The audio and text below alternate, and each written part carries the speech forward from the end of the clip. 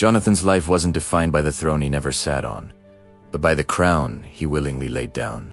Most people admire David for becoming king, and only a few admire Jonathan for surrendering his right to the kingdom to a stranger David. Jonathan was born as the crown prince of Israel. He first proved himself through fearless faith by defeating the Philistines. He believed, "Nothing can hinder the Lord from saving us." Jonathan possessed the humility, courage, covenant, loyalty, generosity, and faith of a king. Yet he still surrendered it to David. God often develops kingdom character in people who never occupy earthly thrones. When David defeated Goliath, Jonathan immediately recognized what Saul never did.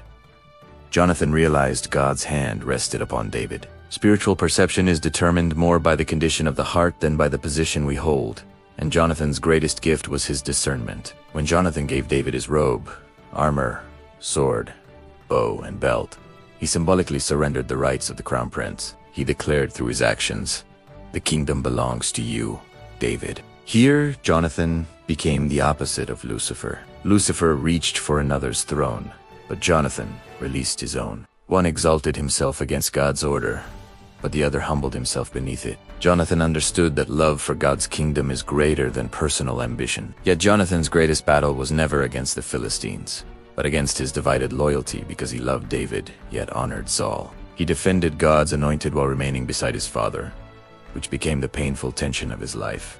Even after Jonathan declared to David, "You are going to be the king of Israel, and I will be next to you," Jonathan still died beside Saul on Mount Gilboa.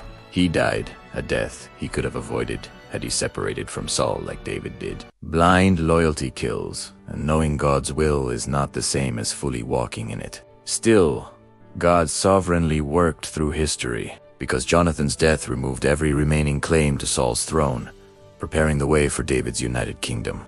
Like John the Baptist declared in John 3:30, "He must increase, but I must decrease." Jonathan quietly lived those words centuries earlier. Jonathan's greatest legacy was his covenant. Because Jonathan loved David, Mephibosheth later received mercy instead of judgment.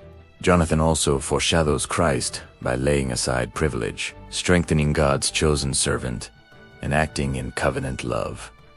Yet Jesus did infinitely more. Philippians 2:7 says, "He made himself of no reputation, and now he reigns forever." The greatest victory is not always the crown we receive, but it may be the crown we willingly lay down, so Christ alone is exalted. Thanks for watching.